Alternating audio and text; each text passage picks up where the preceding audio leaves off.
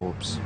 Okay, I worked in the World Trade Center from 98 until 9/11 in 2001. My interest in the whole issue of a conspiracy for 9/11 is based on fact that there was a power down in the South Tower on the weekend of the 8th and 9th of September. I worked on it. I was in the tower at the time, so I know for a fact it occurred along with many colleagues. I was at home on the day of 9/11, witnessing the events from my apartment because of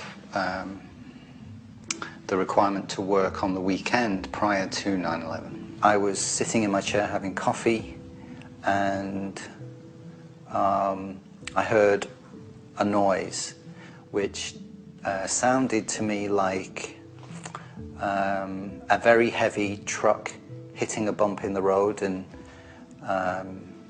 like bouncing. So the noise was like bum bum bum bum like that. So I got up and went to the window and looked between the Venetian blinds down to the road, and there was nothing. So then I just looked up, and in the North Tower I saw smoke coming out from a high floor. At this point I was hanging out of my bedroom window. I'd pulled the window up and the blinds, and I was hanging out of the window on the phone, and from the corner of my eye to my right I saw the plane coming in, the second plane. It came in from over New Jersey, Staten Island way, and it came almost entirely across the Statue of Liberty, quite an angle, into the tower, and it was coming down as well. I saw the South Tower go down just before 10 o'clock, 10 a.m. I didn't believe it. I didn't believe my eyes. It looked like a fantasy film. What I saw was the building crumbling, like sand. I remember thinking it looked like sand, and instinctively the thought went through my head, well, what did we do at the weekend? I didn't believe my eyes, and I didn't understand it either. And, you know, within 20, 25 seconds, where our offices had stood, there was just air and smoke. So we worked on the Saturday morning, shutting everything down, handed over to the Port Authority, and it was handed back to us on the Sunday afternoon. So there was a period of probably 30 hours where there was no power. Right, and it wouldn't have just have affected camera security.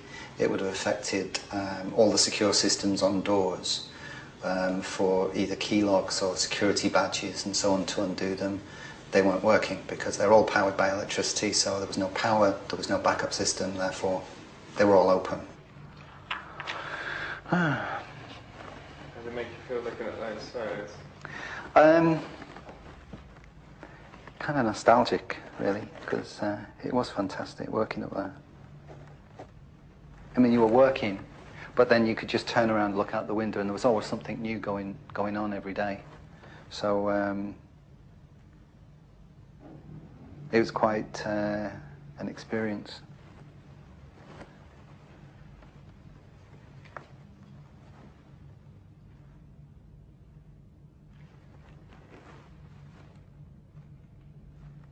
In retrospect, of course, looking back, you think about everything that went on. The fact of the power down in itself was unusual. The fact that there were visitors to the tower, many in overalls, like engineers of some kind, wandering around the floors, carrying toolboxes and cables and so on. At the time, wasn't suspicious of it, didn't think anything of it. I guess my big thing is I'm not a conspiracy theorist. I don't like to be labelled like that. The information that I want acknowledged is factual, plain and simple. So, you know, I don't have any clarion call for anybody. I just want the truth to be acknowledged and explained. When I tried to register the information with the 9/11 Commission thereafter. And when I pursued it with the Port Authority to acknowledge it, and the information was not registered by the 9/11 Commission, and it was not acknowledged by the Port Authority and is now denied by the Port Authority, the power down took place. Yeah, hi, my name's Gary Corbett. I worked for Fiduciary Trust, recently merged with Franklin Templeton shortly before 9/11.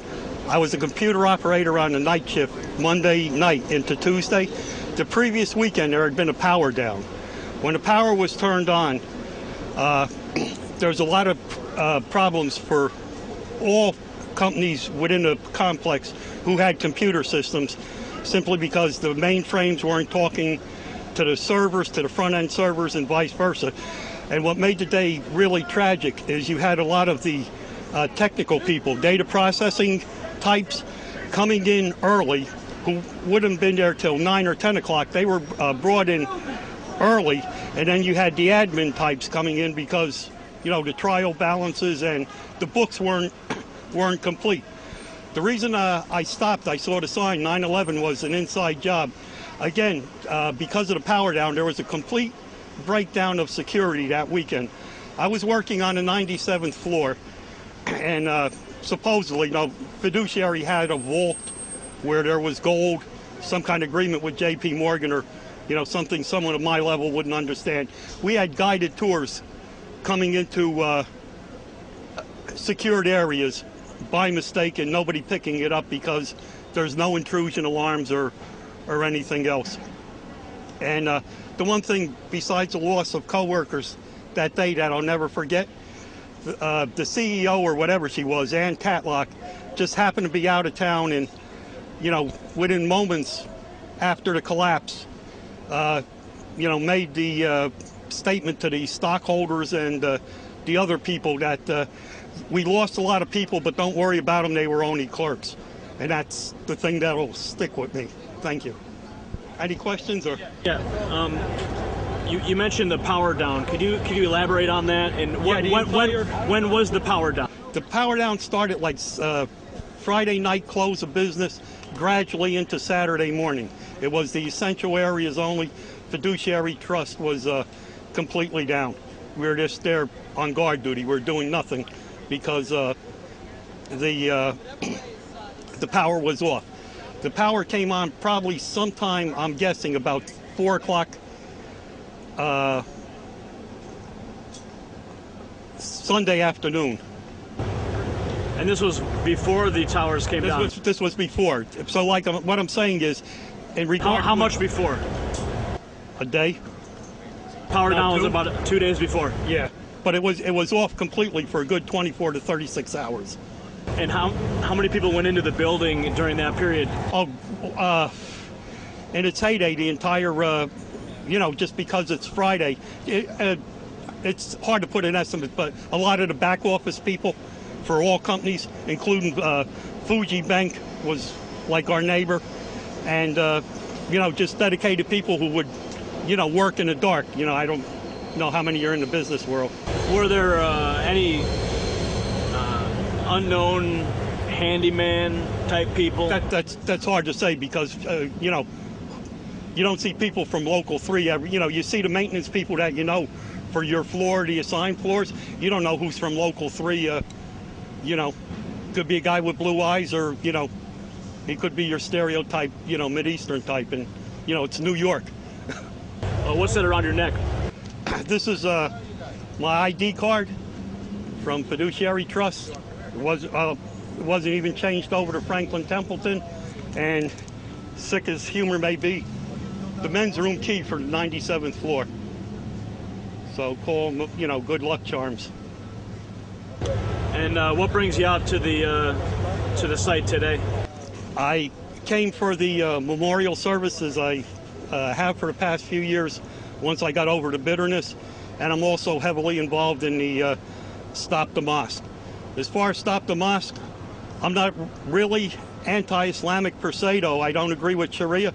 My thing is, this imam, I think he has one a few blocks north. He had his original congregation, There's been a congregation worshiping since 1970 on Warren Street. So they went through the Iran crisis and Desert Storm and that. There's never been an incident. I personally feel that this is in keeping with Islamic history of building a shrine or trophy near a victorious battleground. Now, where were you on 9/11 exactly? 9/11, I was on a break. I was theoretically to work the 7 o'clock till 7:30 a.m. shift, but because of the power down, I was about to meet my boss at 9 o'clock, but 9 o'clock never came. I was down the street at George's Luncheonette when the first plane hit, coming up, like I say, getting ready to have a 9 o'clock meeting. Now, did you, when the first plane hit and the second plane, did you actually see the towers on flame? Yes. And what did you see? Could you just describe? At first, another thing that immediately came to my mind, because I had military exposure, is all the responding units kind of congregated, including, it's nothing against anybody, it happens. I don't mean this to be derogatory, but you had police and fire brass all congregating. It's like, Jesus Christ, how are we gonna deal with this? You know, they violated the basic military rule, you know, don't bunch up, and that's what they did. And when the towers came down, that's what led to the deaths of a lot of the public servants' leadership. And that's you know, that's people on the chief level and everything else. That's not taking away from Christ. That's not taking away from you know, those people in leadership positions who knew it was a precarious situation and said, you know, I ain't going to send my guys anywhere I'm not going. So that was the other thing. I'm not taking away from, you know, anybody on that. I appreciate their efforts.